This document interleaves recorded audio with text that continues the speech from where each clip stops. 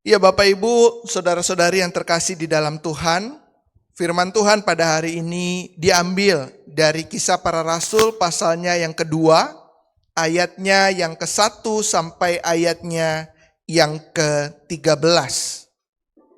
Kisah Para Rasul pasal yang kedua, ayat 1 sampai ayatnya yang ke-13. Saya mengajak kita membacanya secara bergantian. Bapak Ibu membaca ayatnya yang genap, saya akan membaca ayatnya yang ganjil. Kita bersama membaca kebenaran firman Tuhan di dalam Kisah Para Rasul pasalnya yang kedua, ayat 1 sampai ayatnya yang ke-13. Kita membacanya secara bergantian, saya memulai dengan ayat ganjil. Bapak Ibu rekan-rekan sekalian membaca ayatnya yang genap. LAI memberikan judul Pentakosta. Ketika tiba hari Pentakosta, mereka semua berkumpul di satu tempat.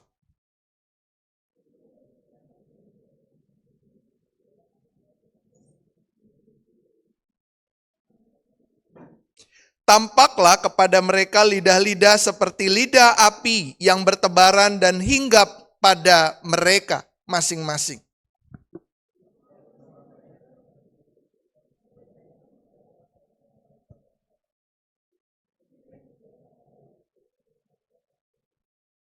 Waktu itu di Yerusalem tinggal orang-orang Yahudi yang saleh dari segala bangsa di bawah kolong langit.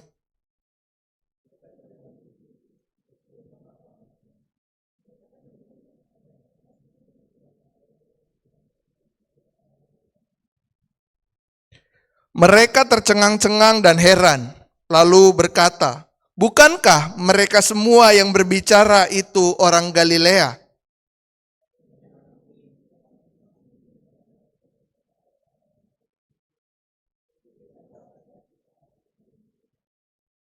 Kita orang Partia, Media, Elam, penduduk Mesopotamia, Yudea, Kapadokia, Pontus, dan Asia.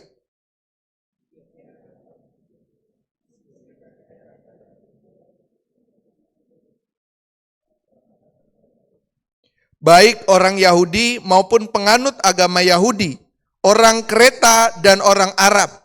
Kita mendengar mereka berbicara dalam bahasa kita sendiri tentang perbuatan-perbuatan besar yang dilakukan Allah.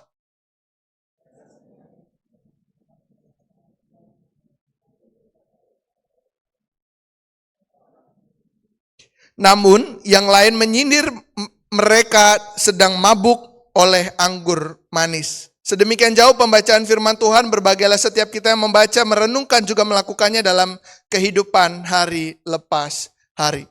Ya Bapak Ibu, umat terkasih di dalam Tuhan, tentunya hari ini kita semua bersuka cita merayakan Pentakosta. Siapa di sini yang tidak bersuka cita hari ini?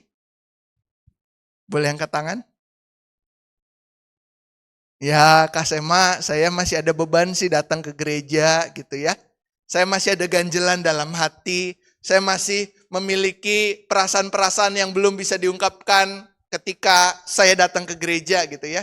Tetapi di momen ini saya mengajak kita bersama-sama melihat bahwa Pentakosta merupakan sebuah momen di mana kita bisa merasakan bagaimana sukacita itu ada dalam kehidupan kita. Lalu kalau kita bersama-sama melihat gitu ya, ketika kita di Pentakosta ini merasakan sukacita, ya. Kalau tadi yang datang perasaannya bahagia, saya mau tanya, ketika perasaan bahagia ditambah perasaan sukacita, jadinya apa?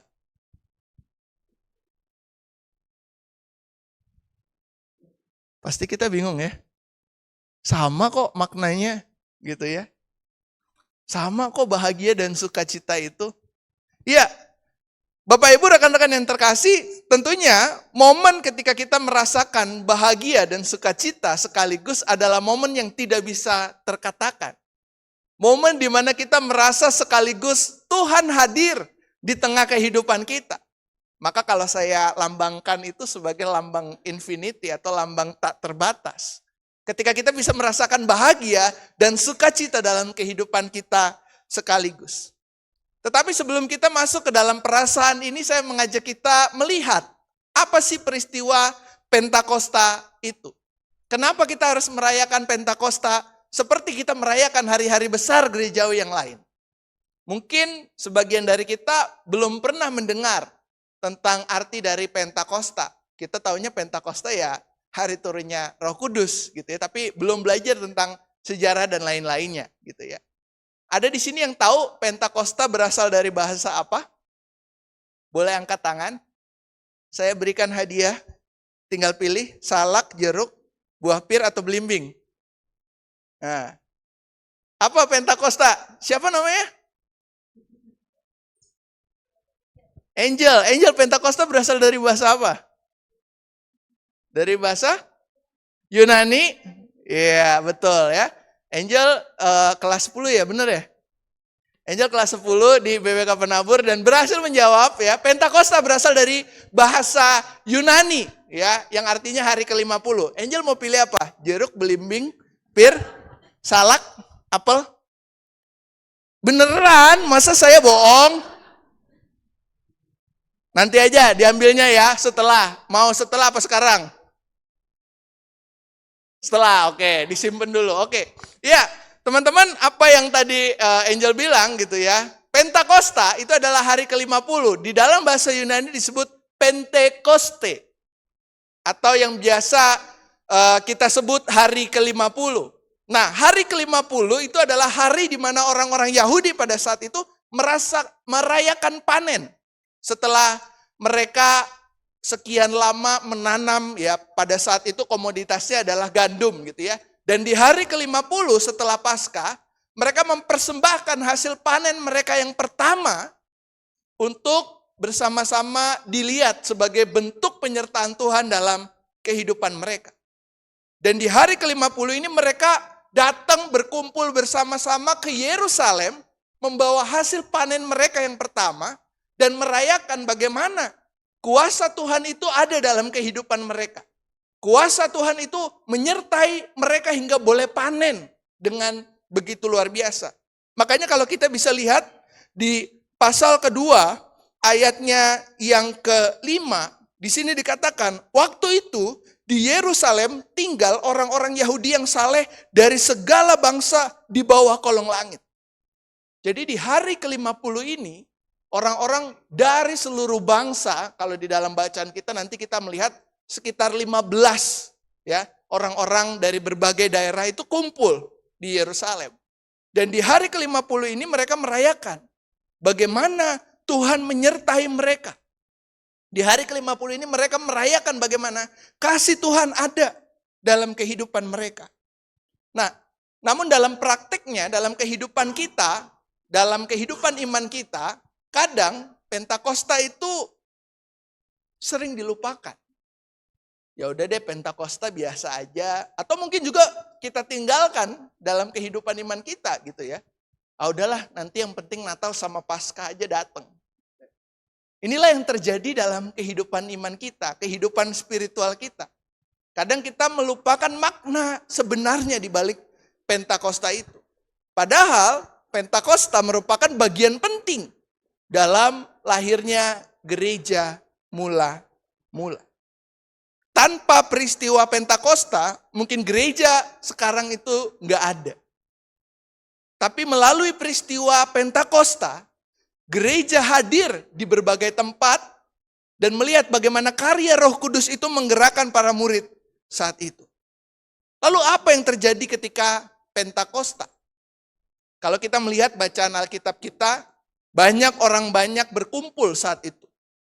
Dan ketika mereka berkumpul, ada kisah di mana Roh Kudus dinyatakan. Kalau di dalam bacaan kita bisa melihat gitu ya. Di ayatnya yang kedua, tiba-tiba terdengarlah bunyi dari langit seperti tiupan angin keras yang memenuhi seluruh rumah tempat mereka duduk. Tampaklah kepada mereka lidah-lidah seperti lidah api yang bertebaran dan hinggap pada mereka masing-masing. Jadi peristiwa Pentakosta pada saat itu ya, kita bisa melihat sekaligus peristiwa Roh Kudus turun pada orang-orang yang pada saat itu berkumpul, secara khusus para rasul-rasul pada saat itu. Disinilah momen di mana Roh Kudus dinyatakan melalui tiupan angin keras dan lidah-lidah api itu. Kita melihat di bagian kita pada saat ini orang-orang mendengar para rasul-rasul, para murid-murid Kristus, mereka berbahasa seperti bahasa mereka sendiri. Bahasa mereka tuh bahasa orang-orang yang pada saat itu kumpul dari berbagai penjuru daerah, kumpul di Yerusalem. Para murid, para rasul saat itu mereka bisa berbahasa lain. Nah ini makanya ada dibagi dua. Kalau teman-teman pernah mendengar senolalia dan glosolalia gitu ya. Ya ini ada bedanya, yang satu bahasa roh, yang satu adalah bahasa lain gitu ya. Dan kalau di dalam Alkitab yang telah kita baca tadi bersama-sama, ada bagian yang menyebutkan ada 15 bahasa yang setidaknya pada saat itu mampu didengar orang lain. Ya, orang-orang ini berasal dari berbagai latar belakang. Apa yang mereka sampaikan ketika mereka berbahasa dengan bahasa yang lain? Kita bisa melihat di ayatnya yang ke-11. Di sini dikatakan, kita mendengar mereka berbicara dalam bahasa kita sendiri tentang perbuatan-perbuatan besar yang dilakukan Allah. Jadi ketika peristiwa Pentakosta pada saat itu, kita melihat bagaimana para murid dikuasai, para murid memiliki suatu kuasa yang sebenarnya tidak ada dalam diri mereka, lalu Tuhan hadir melalui Roh Kudus untuk membuat mereka bisa berkata-kata dengan bahasa yang lain. Nah, rekan-rekan yang terkasih, kadang peristiwa ini kita lupakan begitu saja. Kadang peristiwa ini mungkin belum kita pernah dengar. Kita melihat bahwa orang-orang itu ajalah yang bisa berbahasa roh. Dan bahkan parahnya gitu ya, banyak yang bilang kalau kamu gak bisa berbahasa roh, maka kamu kurang beriman. Kalau kamu gak bisa bahasa roh, maka kamu gak diberkati hidupnya. Kalau kamu gak bisa berbahasa roh, maka tandanya kamu kurang saleh dalam kehidupan. Inilah yang terjadi dalam kehidupan gereja-gereja saat ini. Banyak gereja yang memperkenalkan bahasa roh dan lain-lain. Banyak yang kemudian menghakimi. Pada akhirnya membuat orang justru insecure dengan imannya. Ya banyak yang bilang bahwa kalau kamu gak bisa bahasa roh, ya kurang rohani lah kamu. Makanya kamu harus banyak-banyak berdoa. Makanya kamu harus banyak-banyak bertobat. Ya. Oh kamu gak bisa bahasa roh gitu ya. Tandanya kamu kurang diberkati Tuhan. Hidupmu penuh dengan kutukan. Nah rekan-rekan, tanpa sadar, ini justru menjadi sebuah stigma negatif dalam kehidupan gereja saat ini. Gereja justru menjadi komunitas yang eksklusif. Gereja hanya menerima orang-orang yang bisa. Gereja hanya menerima orang-orang yang mau. Apa bedanya kita dengan komunitas-komunitas yang eksklusif di luar gereja pada akhirnya? Nah ini yang bisa kita lihat bagaimana orang salah kaprah tentang karunia Roh Kudus dalam kehidupan. Maka melalui bacaan firman pada hari ini, saya mengajak kita semua untuk memandang bahwa karunia roh itu bukan hanya seputar soal berbahasa roh.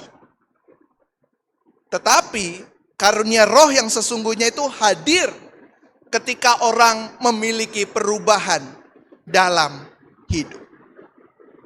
Karunia roh yang diterima oleh para rasul pada saat itu membuat mereka berubah. Apa yang terlihat dalam kehidupan mereka? Mereka takut.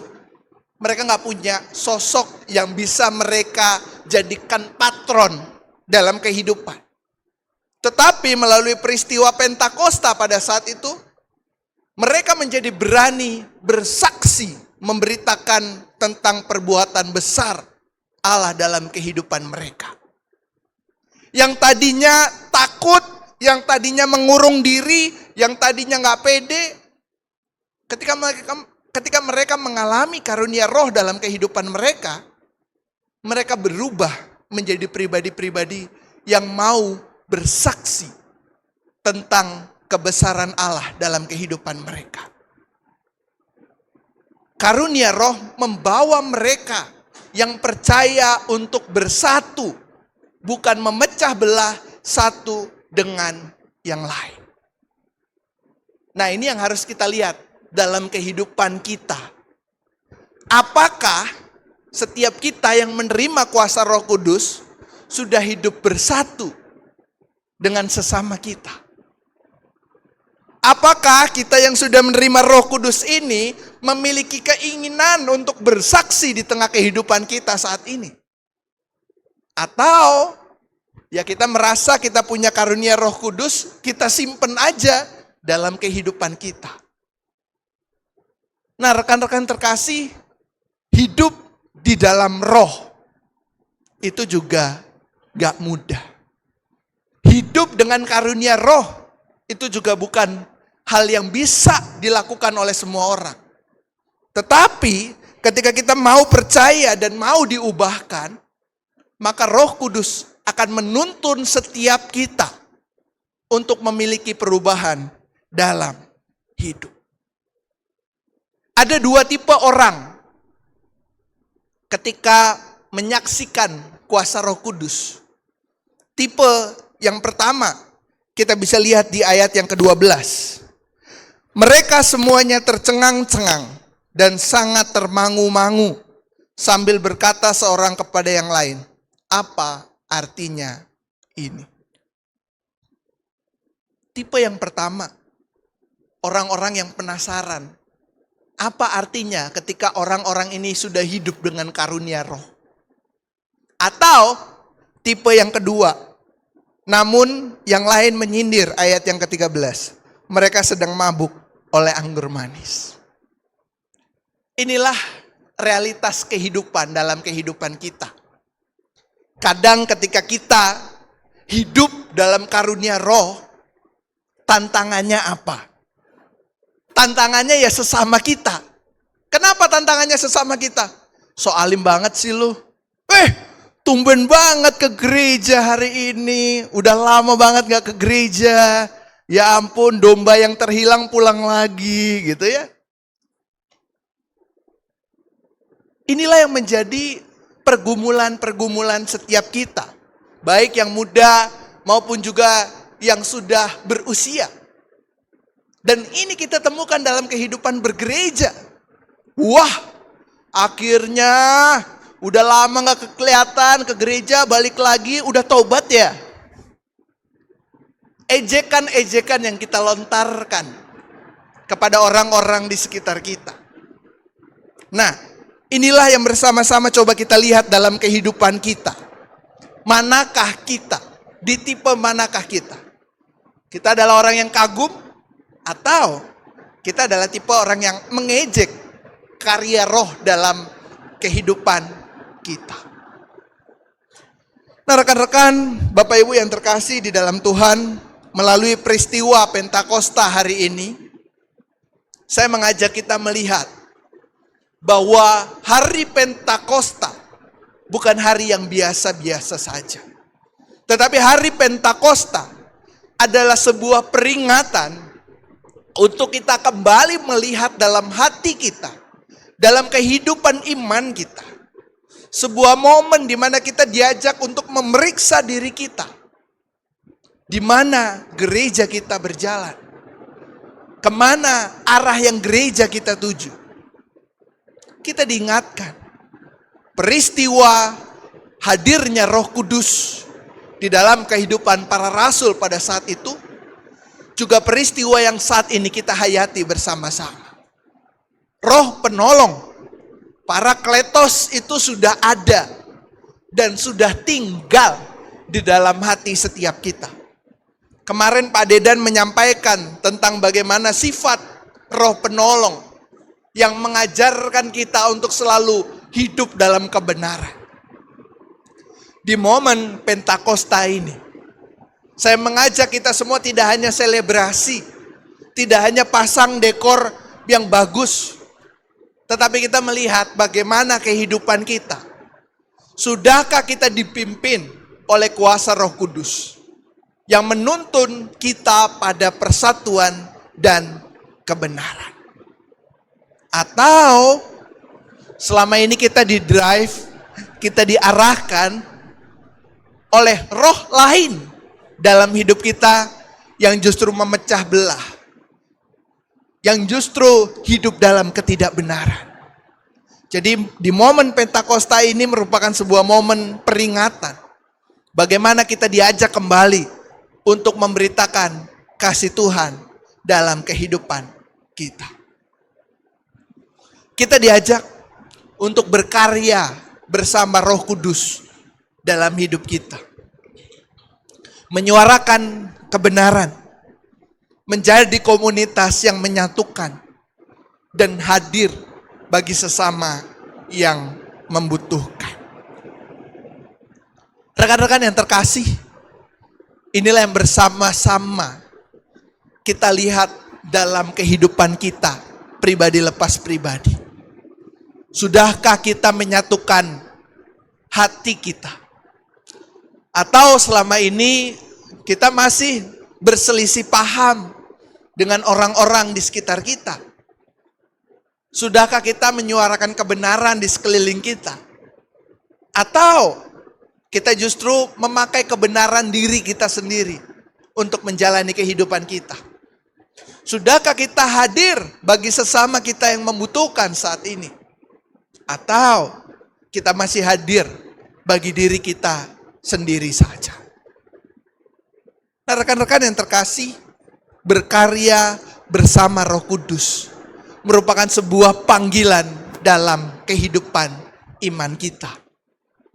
Berkarya bersama Roh Kudus merupakan sebuah penghayatan yang harus kita lakukan ketika kita masih mengaku bahwa kita adalah pengikut Kristus. Kristus sudah lebih dulu meneladankannya kepada kita. Yesus mengajarkan kepada setiap kita untuk hadir bagi setiap mereka yang terluka, untuk hadir membalut mereka yang saat itu sedang kesakitan, untuk hadir menemani setiap mereka yang berada dalam tekanan pada saat itu. Di momen Pentakosta ini, kita diajak untuk bersama melihat, sudahkah kita menghidupi panggilan kita?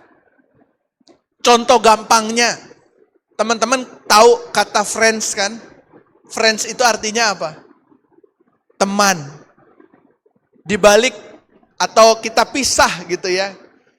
Kata-kata friends itu ada bagian terakhirnya. Tulisannya itu ENDS. Gitu ya. Bagaimana kehidupan kita bersama dengan teman-teman kita? Sudahkah kita bersama dengan mereka sampai akhir? Atau kita meninggalkan mereka ketika mereka ada dalam kesusahan? Selanjutnya bisa kita lihat dalam pola-pola yang lain. Boyfriend misalnya, gitu ya. Tetap ada ends-nya di belakang. Sudahkah kita bersama-sama dengan pasangan kita di tengah kita berada dalam situasi yang sulit? Dan lain-lain. Bagaimana relasi kita di tengah kehidupan? Sudahkah kita memperjuangkan itu sampai akhir? Sudahkah kita bisa membuat orang tercengang karena kita menceritakan kebenaran Tuhan dalam kehidupan kita masing-masing? Bapak Ibu rekan-rekan yang terkasih di dalam Tuhan, ketika kita melihat tema besar kita pada hari ini, tema yang menggerakkan hati kita, the Spirit that brings goodness together. Ketika kita memaknai kehidupan kita, ketika kita memaknai panggilan kita, ketika kita memaknai tugas kita, maka kita harus membawa itu bersama-sama. Ketika kita menjadi komunitas yang hidup dalam Roh Kudus, maka orang lain melihatnya sebagai cerminan kasih Kristus. Ketika kita menjadi komunitas yang hidup dan diarahkan oleh kuasa Roh Kudus dalam kehidupan kita, maka oranglah yang akan melihat bagaimana kasih Kristus itu kita cerminkan dalam kehidupan kita sehari-hari. Sekalipun kita diejek, sekalipun kita mungkin dicaci, sekalipun kita disangka sebagai orang yang mabuk, ingatlah, Tuhan tidak pernah tinggal diam dalam kehidupan kita. Membawa kebaikan bersama-sama. Tentunya menjadi panggilan bagi setiap kita. Bukan hanya panggilan, tetapi juga sikap hidup yang bisa kita lakukan dalam kehidupan kita. Tentunya kita masing-masing punya perbedaan. Tentunya kita masing-masing punya karunia yang beraneka ragam.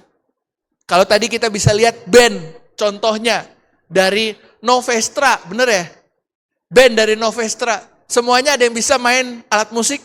Maksudnya ada yang bisa main 5 alat musik di sini tadi? Wih, siapa namanya? Arfan, Evan. Nah, Evan kalau main sendiri 5-5-nya bisa nggak? Nggak terlalu jago tapi dengan keberadaan teman-teman gimana rasanya? Lebih berani, apalagi? Merasa ada yang support. Tentunya ketika kita melakukannya itu bersama-sama. Ini diingat-ingat ya teman-temannya nanti ya. Apa yang menjadi kesaksian Evan ini kalian bawa sampai kelas 12 nanti bahkan mungkin sampai lulus gitu ya. Tetaplah jadi bestie dalam grup band kalian gitu ya. Ketika kita melakukannya bersama-sama, ada support yang dirasakan.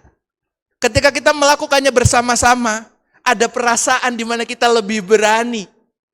Dan itulah yang menjadi tugas panggilan setiap kita.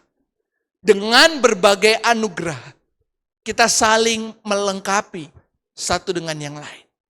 Dengan berbagai peran yang kita miliki dalam kehidupan kita, Tuhan menginginkan kita untuk hidup membawa kebaikan di tengah kehidupan ini. Kita bersatu bersama-sama untuk menghadirkan kebaikan. Tidak terpecah, tidak terbelah, tidak terpisah satu dengan yang lainnya. Tetapi bergandengan tangan membawa perubahan dalam hidup ini. Hari Pentakosta bukan hari yang dapat lalu begitu saja. Tetapi biarlah kita mengenang, mengingat di hari ini, Roh Kudus hadir, merekatkan. Roh Kudus hadir, merangkul setiap kita, dan mengubahkan kehidupan kita semua. Amin. Saat teduh bagi setiap kita.